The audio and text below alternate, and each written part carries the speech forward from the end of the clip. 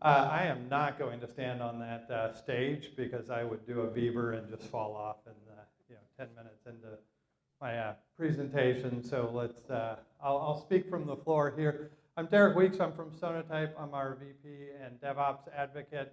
I am also co-founder of the All-Day DevOps Conference that if you stop by our booth, I'll tell you about later. If you didn't attend this past year, we're having it again this year. So this morning, we're going to take a trip back in time, 35 years. It is Detroit. It is 1982. This year, the city will produce 4 million vehicles. Every single day, line workers like this will watch 15,000 vehicles roll off the production line. And while they're doing this, their focus is totally on velocity, right? Their focus on quality might come second, might come a little later. If there is a car coming down the production line and we have a bumper assembly that doesn't go with that car, we will put it on that car because we have a quota, we have a deadline. 15,000 cars need to get off this line. If there is a problem, we can fix it later. Read in production. So the problem with that model was, from 1962 to 1982, the share of Japanese imports into the US market rose from 5% to 25%. Because the Japanese, at the same time we were focused on velocity, they were focused on quality. They knew that to operate a high velocity production or manufacturing environment, they needed to focus on quality first. And they learned these things from someone called W. Edwards Deming. And if you haven't read up on Deming, and you're in the DevOps community, you need to read up on Deming. I mean, if John Willis didn't tell you like 100 times before I got here that you should pay attention to Deming, you should pay attention to Deming. So in 1982, the reason this is important, Deming arrives in Detroit with his book, Out of the Crisis. And in that book, he tells us time and again, you can't inspect quality into a product. It's too late.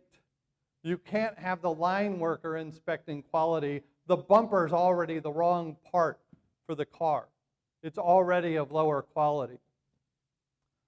So what does that have to do with DevOps? Well, that's what we're going to talk about. So all of us are focused on a new velocity. We've gone from waterfall to agile to DevOps practices within our business. And whoever is building the best software the fastest wins in this game. Not always, right? So the reality of what we're facing in the DevOps environment, or agile, or waterfall, if you're still in one of those camps, is that we're not writing software from scratch anymore. In fact, we're assembling it. We're manufacturing it. And we're doing that using open source and third-party components. And in fact, your application that decades ago used to be written from scratch is now 80 to 90% open source and third-party components that are making this up. The best organizations in the DevOps field today, in DevOps practices, are taking key lessons from Deming that we're going to talk about today, and the vital importance of those for your organization, anyone that's developing software. And that is, if you're going to use these parts to assemble your software, you want to do so using the very best parts from the best suppliers in the market, and you better be tracking and tracing those over time, because if anything goes wrong, like a security vulnerability is found in one of those, you better know where it is. Right? In manufacturing supply chains, when there was an issue with a Takata airbag, they knew every single solitary vehicle, every make and model, every manufacturer that went into, and they could track it along the way. How many of you know where you put Commons Collection in your software portfolio? Right? You could start the scavenger hunt today. But there's a secret within these software supply chains, and that is not all parts are created equal. There are differences in parts that some are old, some are really old, some have never been updated, some have known security vulnerabilities, some have strict licenses on them. So what I'm going to talk to you about today is some research that I've done in the last couple of years, being at Sonotype and looking at software supply chains. And those of you unfamiliar with software supply chains, I'm going to tell you a little more about what they are. But I've had a purview into what's happening in software development that I think is critical to share with the industry. So as part of what I've done in the last couple of years, and I'm already working on for this year, is I'm building something called the Software Supply Chain Report. It is an annual report that last year, when we published it, we looked into the details of how 3,000 software development organizations are building their applications. And we looked into and did a deep dive on 25,000 applications across many of those organizations to understand how they were built and how those components played a part in them. So what's a software supply chain? Well, if you're familiar with supply chains in any other industry, manufacturing industry on the planet, it's the same in software. You have open source projects, right, which are your suppliers. They are building these parts that are making them available freely to you on public warehouses, like the central repository, npmjs.org, rubygems.org, the NuGet gallery, python.org, whatever it might be.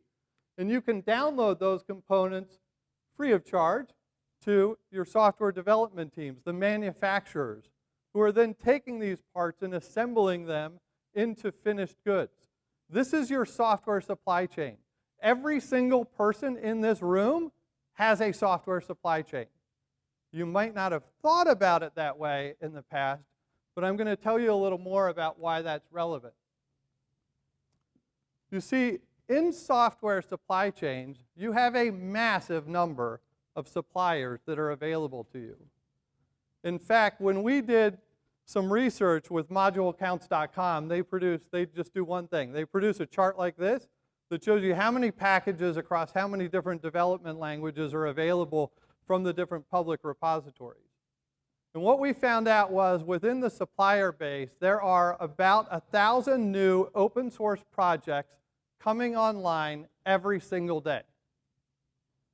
And across all the open source projects globally, they are releasing 10,000 new versions of their components, frameworks, libraries every single day.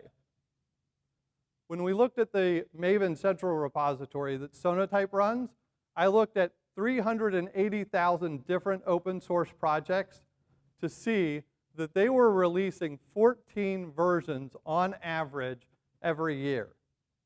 The supplier network is huge.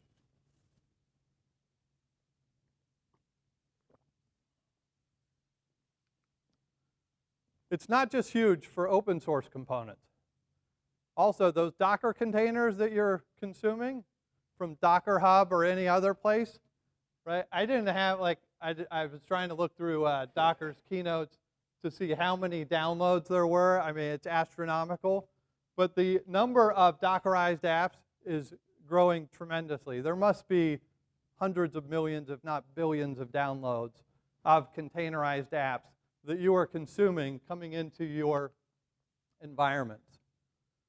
When we look at the measure of what's happening from a consumption practice, this is some of the latest data that we have from the central repository. This is just Java-specific open source. Wow, I got loud. So this is Java-specific open source components. Last year, we saw 52 billion download requests from the central repository. According to Oracle, there are only 10 million Java developers on the planet, right? When I joined the company 3 years ago, we had just had over 13 billion downloads the year before. The volumes are astronomical for the community that's consuming these. It's not just Java. If you're developing with JavaScript and NPM packages, these guys, I was just talking to them about a month ago, they served 1.6 billion downloads in a week. At peak period, a couple of weeks ago, 8 a.m. to 9 a.m., in 1 hour, they served a million downloads in a single hour. The volume of consumption of these components is huge for your organizations. If you're not aware of it, you all know you're developing using these components. You just don't know that you're developing using this many. And as I mentioned before, all these parts, they help you improve your velocity, right? They help you improve your efficiency, your productivity. Why in the heck would you write something from scratch that you can pull down from the internet in a second and use and meet your deadline, right? And make it to the end of your sprint, right? And rest on the shoulders of others or stand on the shoulders of others that have built this code for you. So out of those billions of downloads, what have I seen and published in the State of the Software Supply Chain report? Over the last 3 years, this is the percentage of components that were downloaded with at least one known security vulnerability in them. 1 in 20, 1 in 19. Last year, 1 in 17, 1 in 17, 1 in 19 that are downloaded into your organization have a known security vulnerability day one, right? Quality matters, velocity matters, but velocity and quality together are critical. Now, no one in this room, I can promise you, has an organization that is downloading 1 billion open source components into your development organizations alone, right? So when I looked across these 3,000 organizations, I found that the average one, just for Java components, was downloading 229,000 versions of, or 229,000 components on average a year.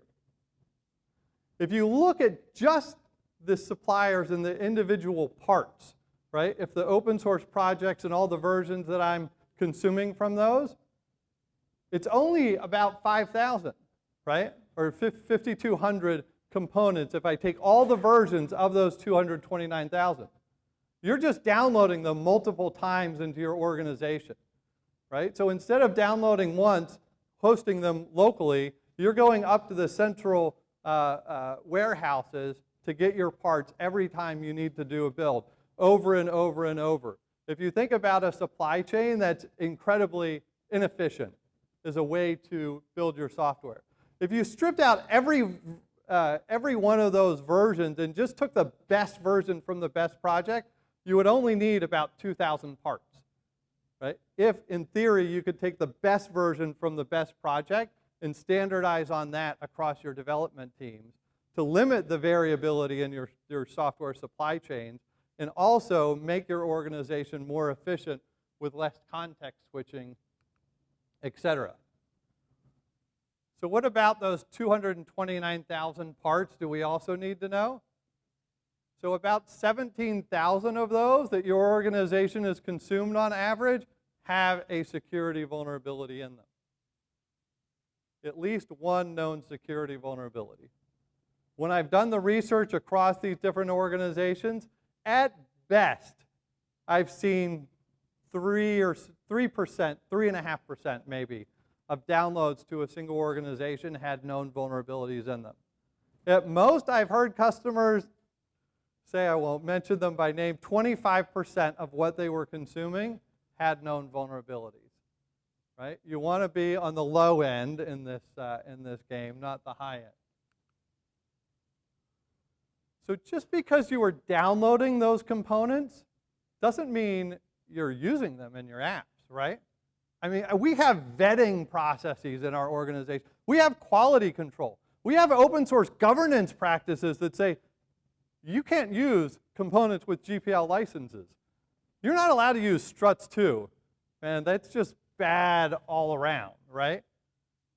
we want to block the bad things and protect the good things from getting in. But when we look at the number of components in these applications across the software supply chain, this last year we saw 6.1% of the downloads were vulnerable. When we looked at components in repository managers, the local warehouses, just over 5.5% of those had a known security vulnerability. When we looked across 25,000 applications, 6.8% of the components in those applications had at least one known security vulnerability in them. So that means from the beginning of the software supply chain to the end of the software supply chain, the components are making their way through. Your vetting processes aren't working or are perhaps non-existent. Only about 57%, 58% of companies even have an open source policy, according to a survey I'm running right now. We have like 1,200 responses going on for it. There's not enough control and enough vetting. We're focused on velocity, but not the quality. So certain practices are gaining traction. I'll share with you a little more data from the report that we're producing. And this is some of the new data going into the report this year. So when we look at the Nexus repositories, just imagine, if you're not familiar with Nexus or the other guys over here, the repositories are the local warehouses where you're storing these components. And it might be your open source and third-party components. It might be your proprietary components. It might be your Docker containers. But we have a feature in the repository manager called Repository Health Check. And over the years, we've seen people turn that feature on, and we have 20,000 repositories using it that are using this feature to tell them, are any of the components in your local warehouse known vulnerable? Do they have any risky license types? Are they super outdated and have never had a newer release? Right? That there is a growing interest in knowing about the quality of components that we're consuming. And why does that matter? Let me interpret this chart for you quickly. When we looked at 25,000 applications and all of the components that were used in these applications, what this shows is within the applications, for parts that were 2 years old, they make up about 21% of those applications. Parts that are 1 year old are about 18%. 5-year-old parts are about 8% of the components used in the applications. But at the same time, the red line is the number of known security vulnerabilities or components with a known security vulnerability in them. If you're using parts that are 1 to 3 years old, you have about 5% of those have a known security vulnerability in them. If you're using parts that are 8 to 9, 10 years old, they have almost 3 times the number of security defects in them. So the age of the component matters. You just can't pull down any version and just use the same version that you've been using for years, right? And this shows across 25,000 applications, you are using older versions of these components. The number that are, the percentage that are 4 years or greater are about 60% or so of the application base itself. So what else did I learn from looking at the details of these applications? So this chart shows the number of components that are on their latest version by year. So in year 1, components that are a year old, or within a year old, 13% are on their latest version. For components that are 5 years old, say 14% are on their latest version. 9 years old, 20% are on their latest version. Okay, real quick interpretation of that. In 9 years old, 20% are on their latest version. If you're using that component, or someone released that component in 2008, that software was so good, no one ever updated it. It was like perfect, the perfect piece of code 9 years ago. No one ever updated it. If something ever goes wrong with that part, with that supplier's out of business, right? That project is a dead project. There is no remedy for that broken or defective part unless you go to another supplier. So using newer parts matters. Using newer parts lowers your security defects within the organization that you need to be aware of. Now, why does this matter, right? About a year ago, Apple versus the FBI. Everyone remembers Apple versus the FBI? It was an encryption story. Apple had some of the best encryption on the market, and the FBI wanted into the phone, and no matter which side of the argument you want to come down on, they use very strong encryption practices. So who knows what Bouncy Castle is? Nathan? Yeah. It's a crypto library, right? If you want encryption in your application, here is an awesome crypto library, right? This supplier provides some of the best technology on the market, and when there is a known security defect in their project, they fix it. And they fix it quickly, and they release a new version. But in the last year, when we looked at the number of downloads that happened of this library, there were 17.8 million downloads of Bouncy Castle. 1/3 of those were the known vulnerable version. There's a perfectly safe version available out there, and yet the known vulnerable versions are still downloaded today by 13,000 organizations across 74 countries. So while people were furious in some ways with Apple actually putting good encryption into their products, there were 13,000 companies that didn't care the moment that they downloaded something that they didn't want to develop themselves. Where else does this matter? Does anyone know? Well, actually put it up on the, I changed the picture on this slide. I was asking people to guess what this building was. Hollywood Presbyterian Hospital. Do anyone remember why this hospital was so important in the last year? Ransomware. Who said ransomware? All right. Ransomware. Yes. If you wanted care at this hospital, they were turning you away. If you were a patient that needed care, they were transporting you to another hospital because they used known vulnerable versions of JBoss with the Commons Collection vulnerability in it that they were able to, the hackers were able to exploit and basically shut down services at this hospital. If you're from the Bay Area and you've ridden the mass transit system or the Muni transit system there, they were offering free fares one weekend in November, right? Cool, free fares, right? Not for Muni because it was the same open source component and the same Commons Collection vulnerability that was taken advantage of there. MedStar Health, same thing, right? So the way in for that vulnerability at one place is the same way in for a million other places that are using the same components in their software supply chain.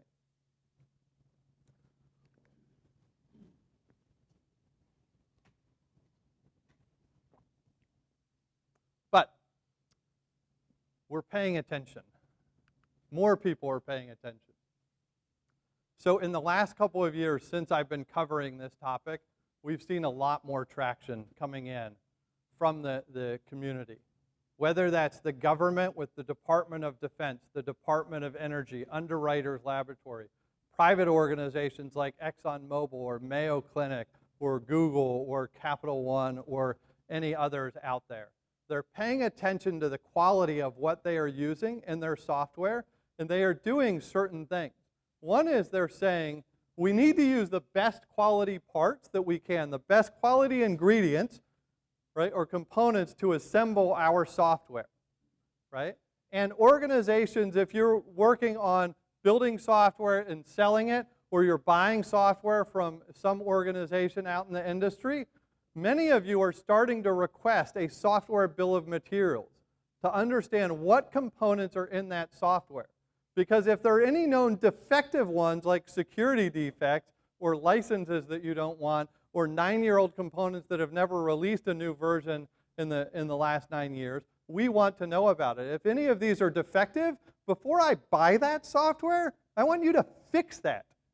You can't be General Motors and sell known defective parts in your cars to the consumers or the US government or anyone else without getting in serious trouble.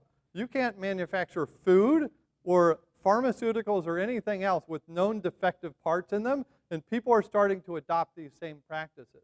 And when it comes down to organizations like the American Bankers Association, they're actually telling their members, we want you to understand what's in the software. If there are any known defects, we want you to tell your vendors you're buying from to fix those.